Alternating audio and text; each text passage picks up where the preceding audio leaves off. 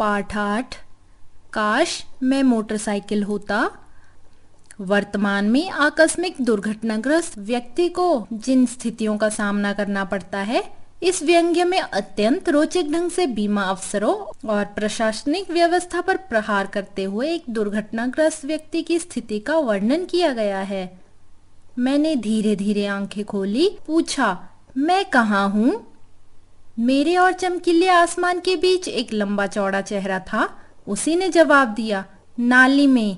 तब मैंने दूसरा सवाल किया, मुझे क्या हुआ है? तुम्हारी मोटरसाइकिल टूट गई है, जवाब मिला। सुनते ही मेरी बेहोशी गायब हो गई। मैं पूरी तौर से होश में आ गया। एक दरकी हुई टांग, एक टूटी हुई बांह, सनसनाती खोपड़ी, रुआंसी शक्ल, पूरी तरह से होश में आ जाने का शायद यही मतलब था। मैंने पूछा, मेरी मोटरसाइकिल को क्या हुआ? शायद तुम्हारा दायां हाथ टूट गया है, भीड़ में से किसी ने कहा। हुआ यह था कि अब तक मुझे जो भूत प्रेत और चुड़ैलें हवा में तैरती नजर आ रही थी, उन्हीं को लेकर अब यह हमदर्द इंसानों की भीड़ बन गई थी। तो ऐसा ही हुआ था, यानी मेरा दायां हाथ टूट गया था। दरअसल कुछ उससे भी ज्यादा हुआ था, यानी टांग की एक हड्डी भी दरक गई थी।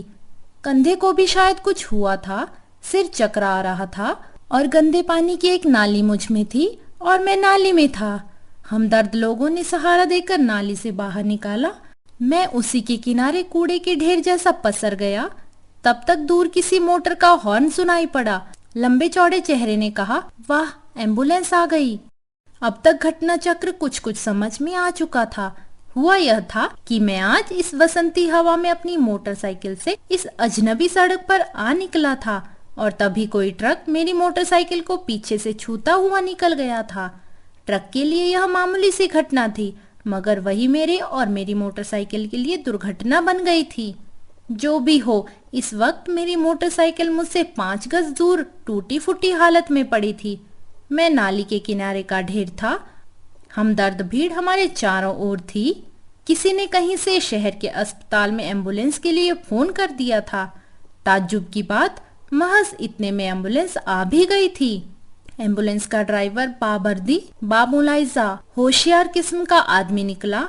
उसने उस ढेर को गौर से देखा जो मैं था, फिर दूसरे ढेर को भी उतने ही गौर से देखा जो मेरी मोटरसाइकिल थी। फिर उसने अपने साथ के एक बाबूनुमा आदमी के साथ कुछ विचार विमर्श करना शुरू कर दिया। बाबू कोई नक्शा देख रहा था। ड्राइवर भी उस नक्शे पर झुक गया। फिर सीधा होकर वह अपनी सीट पर जाकर बैठ गया। देखते देखते उसने गाड़ी स्टार्ट कर दी। कोई कुछ कहता, इसके पहले ही गाड़ी जिधर से आई थी उधर ही चली गई। लंबे चौड़े चेहरे वाले ने इस बार कुछ ज्यादा ही मुस्कुराकर मुझे समझाया, घबराओ नहीं भाई, ज्यूरिस्डिक्शन का मामला है। ज्यूरिस्डिक्शन यानी अधिकार क्षेत्र। ड्राइवर कहता है कि आप जिस नाली में गिरे हैं वह प्रतापगढ़ जिले में है। एम्बुलेंस इलाहाबाद की है, वह प्रतापगढ़ नहीं जा सकती। आपको ले जाने के लिए प्रतापगढ़ वाली एम्बुलेंस को बुलाना चाहिए था। मैंने कराहते हुए कहा, भाई साहब, एक बैलगाड़ी का इंतजाम कर दें, उस पर मुझे और मेरी मोटरसाइकिल को लदवा कर प्रतापगढ़ भेज दीजिए। मैं वहीं का रहने वाला हूँ। वह बोला, आपको तो प्रतापगढ़ भेज सकता हूँ, पर भाई मोटरसाइकिल आपके साथ कैसे जा सकती है? क्यों भाई? इसलिए भाई कि तुम जिस नाली में पड़े हो वह तो प्रतापगढ़ में है, पर मोटरसाइकिल जहाँ पड़ी है वह जमीन इलाहाबाद जिले की है। मोटर बीमा वाले इलाहाबाद से आकर इसे ले जाएंगे। इसकी मरम्मत इलाहाबाद में होगी, आपकी प्रतापगढ़ में। मैं प्रतापगढ़ भी नहीं जा पाया। लंबे चौड़े चेहरे वाले ने, उस आदमी का नाम भारत जी था। भारत जी मुझे अपने घर ले आए। घर नाली के पास ही था। बोले, आप इस वक्त प्रतापगढ़ जाने की हालत में नहीं हैं, आपका यहीं इलाज करा दूंगा। आपकी मोटरसाइकिल मैंने इलाहाबाद के बीमा अफसर के हवाले कर दी है। आप यहीं रुककर तंदुरुस्ती बनाइए और आराम से मोटरसाइकिल का इंतजार कीजिए। मैंने पूछा, चाय मिल सकती है? वे अकेले आदमी थे। उन्होंने मुझे रसोई घर का रास्ता बता दिया।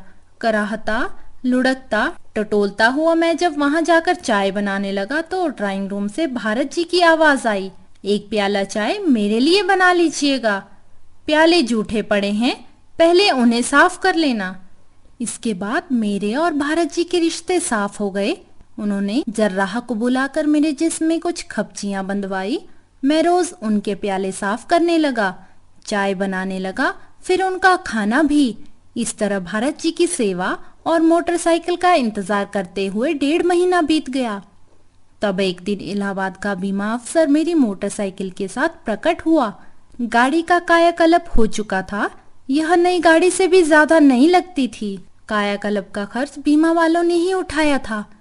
खर्च में कुछ फर्जी चीजें जोड़कर उन्होंने एक अच्छी खासी रकम नगद भी निकाल ली थी।